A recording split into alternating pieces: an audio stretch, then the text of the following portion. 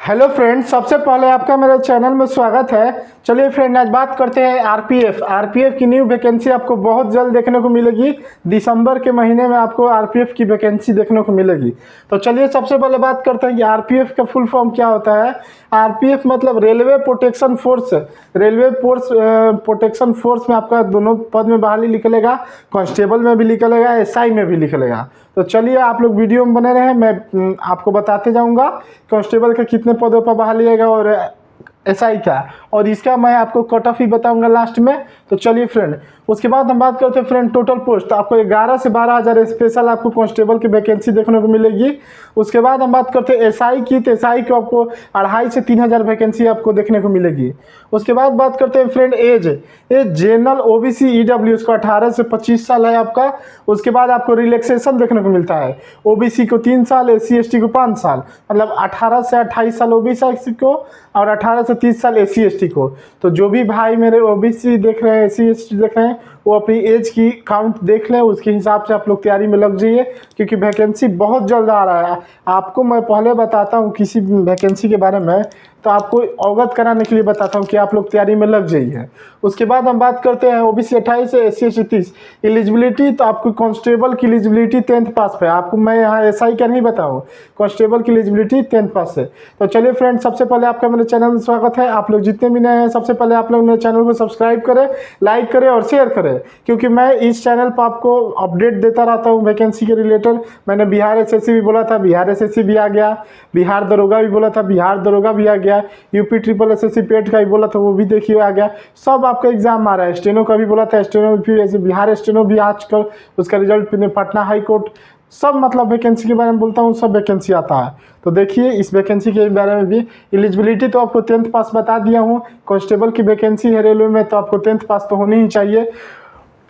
उसके बाद हम बात करते हैं फॉर्म फी। तो जनरल ओबीसी ईडब्ल्यू को 450 रुपये रखा गया है, और एससी एसटी को 250, मतलब एससी एसटी को यहाँ 250 रुपये का छूट देखने को मिला है। उसके बाद हम बात करते हैं फ्रेंड सिलेक्शन प्रोसेस। तो जैसा कि आरपीएफ की वैकेंसी है, ये आपको पता होगा कि 2018 में आया था। अगर आप इस बार चूक गए तो फिर 3 से 4 साल आपको फिर इंतज़ार करना पड़ेगा।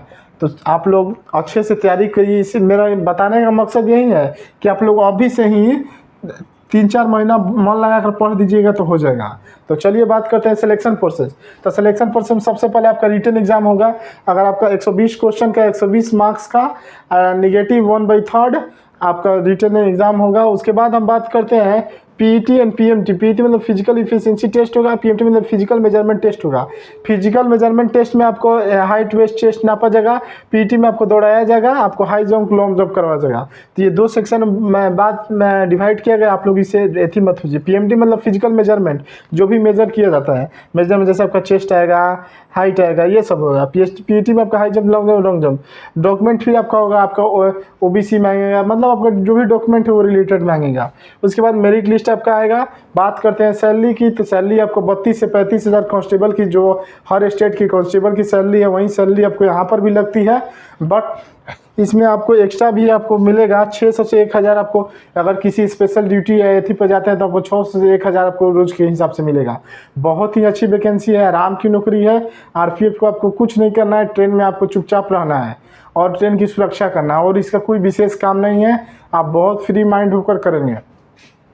हमारी जानकारी में बहुत सारे लोग 2018 में रिजल्ट लिए हैं। आप लोग बोलिएगा तो मैं उसके प्रीवियस ईयर क्वेश्चन और कैसे एसडब्ल्यू क्या है वो भी मैं बता दूंगा। बस आप लोग नीचे कमेंट कीजिए, लाइक कीजिए और चैनल को ज़्यादा से ज़्यादा लोगों के पास सब्सक्राइब कीजिए। उसके बाद हम आपको और बताते हैं कैसे क्या एग्जाम पैटर्न होगा, सिलेबस क्या होगा। तो देखिए सैलरी तो आपको 32 से 35 से बता दिया, लेबर बहुत अच्छी नौकरी। उसके बाद बात करते हैं आरपीएफ कांस्टेबल एग्जाम सिलेबस। इसके एग्जाम के सिलेबस क्या है, कितने मार्क्स से कितने पूछे जाते हैं, कितने क्वेश्चन पूछे जाते हैं, किस टॉपिक से कितने क्वेश्चन पूछे जाते हैं। तो देखिए टोटल क्वेश्चन 120 क्वेश्चन पूछे जाएंगे। 35 नंबर का रीजनिंग, 35 नंबर का मैथ, 50 नंबर का जीके जीएस। तो मार्क्स 120 से टाइम 90 मिनट, 1 घंटा 30 मिनट आपको समय दिया जाता है, टाइम जो कि लगभग ठीक ठाक है। उसके बाद नेगेटिव 1/3, नेगेटिव 1/3 मतलब 3 गलती करेंगे तो आपका 1 नंबर कट जाएगा। तो थोड़ा टाइम को आप लोग मैनिपुलेशन कर लीजिएगा, थोड़ा प्रैक्टिस सेट मारना पड़ेगा, उसके हिसाब से आपका टाइम आएगा। बात करते हैं जीके जीएस। जीके और जीएस मिलाकर 50 क्वेश्चन, मतलब इसमें आपका 30 क्वेश्चन जनरल नॉलेज रहेगा, 14 से 15 क्वेश्चन आपका जीए से रहेगा, जनरल साइंस से 45 क्वेश्चन, 5 क्वेश्चन आपको रहेगा करेंट अफेयर से। उसके बाद तो ये तो 50 क्वेश्चन हो गया मैथ से। तो अर्थमेटिक मैथ आपको 30 क्वेश्चन अर्थमेटिक मैथ आपको पक्का रहेंगे और 5 क्वेश्चन आपको एडवांस से जनरल मैथ रहते हैं। रीजनिंग से भी आपको 35 question, 30 question verbal reasoning, 5 non verbal, 5 से नॉन वर्बल है और 2-4 एक्स्ट्रा मिसलेनियस भी आते हैं 5। तो बात करते हैं मैथ से। तो मैथ्स में आपको 4-5 चैप्टर इतना इंपॉर्टेंट है, मैं आपको बता दूंगा, बहुत इंपॉर्टेंट है। उसके बाद हम बात रीजनिंग तो हो ही गया। बात करते हैं, देखिए लास्ट में बताएंगे आपको ये कौन कौन से चैप्टर इंपॉर्टेंट है। रनिंग का बात करते हैं तो मेल के लिए 1600 मीटर 5 मिनट 45 सेकेंड में आपको क्वालिफाई करना है, तभी आपका मेरिट बनेगा। उसके बाद 800 मीटर 3 मिनट 45 सेकंड फीमेल के लिए यहाँ छूट है। उसके बाद हाइट 165 सेंटीमीटर मेल के लिए, फीमेल के लिए 157, और अदर भी स्टूडेंट है जो हमारा हिली एरिया वो सब, उसमें कुछ छूट दिया गया है। चेस्ट 80 से 85 सेंटीमीटर फूलना चाहिए, 5 सेंटीमीटर एक्सपेंड होना चाहिए, और इसमें नहीं दिया गया है। हाई जंप 4 फीट आपको मेल को, फीमेल को 3 फीट है, और आपका लॉन्ग जंप 12 फीट 9 फीट। तो फ्रेंड ये जानते हैं, ये आपको मैंने पीएमटी फिजिकल का बता दिया, बहुत अच्छी वैकेंसी है, बार बार नहीं आती है। आप इस बार अगर चुक जाएंगे तो फिर 6-7 महीने के लिए आपको फिर चुका। देखिए उसके बाद हम बात करते हैं, आपको यहाँ मैं बता रहा था ना, देखिए ज़्यादातर मोस्ट इम्पोर्टेंट टॉपिक क्या है मैथ में आपका मोस्ट इम्पोर्टेंट टॉपिक, इससे क्वेश्चन आते हैं। देखिए सबसे पहले आपका हो गया ये SI एंड CI, इससे आपको 2 से 3 क्वेश्चन बनेंगे ही बनेंगे, इसमें कोई नहीं। फिर आपका प्रॉफिट एंड लॉस है, उससे आपको पिछले एग्ज़ाम में तो 3 से 4 क्वेश्चन देखने को मिले थे। उसके बाद आपका प्रॉफिट ज्योमेट्री से भी आता है क्वेश्चन, ज्योमेट्री से भी 2 क्वेश्चन आता है जो एडवांस पोर्शन में आता है। उसके बाद हम बात करते हैं, प्रॉफिट एंड लॉस हो गया आपका। एक और चैप्टर आपका मोस्ट इम्पोर्टेंट है, परसेंटेज से भी बहुत अच्छे बार क्वेश्चन आते हैं। परसेंटेज से भी आपका क्वेश्चन आता है। LCM एंड HCF, परसेंटेज से 1 से 2 क्वेश्चन रहेंगे, LCM एंड HCF से आपका 1 क्वेश्चन फिक्स ही रहेगा। उसके बाद हम बात करते हैं टाइम एंड वर्क बहुत इंपॉर्टेंट क्वेश्चन है, रेलवे के कोई भी एग्ज़ाम में लिए 2 से 3 क्वेश्चन आएगा ही आएगा। Time and distance, time speed and distance, 2 से 3 क्वेश्चन, मतलब ये सब क्वेश्चन इतने हैं ना कि बहुत मोस्ट इम्पॉर्टेंट है, इससे आपको आना ही आना है।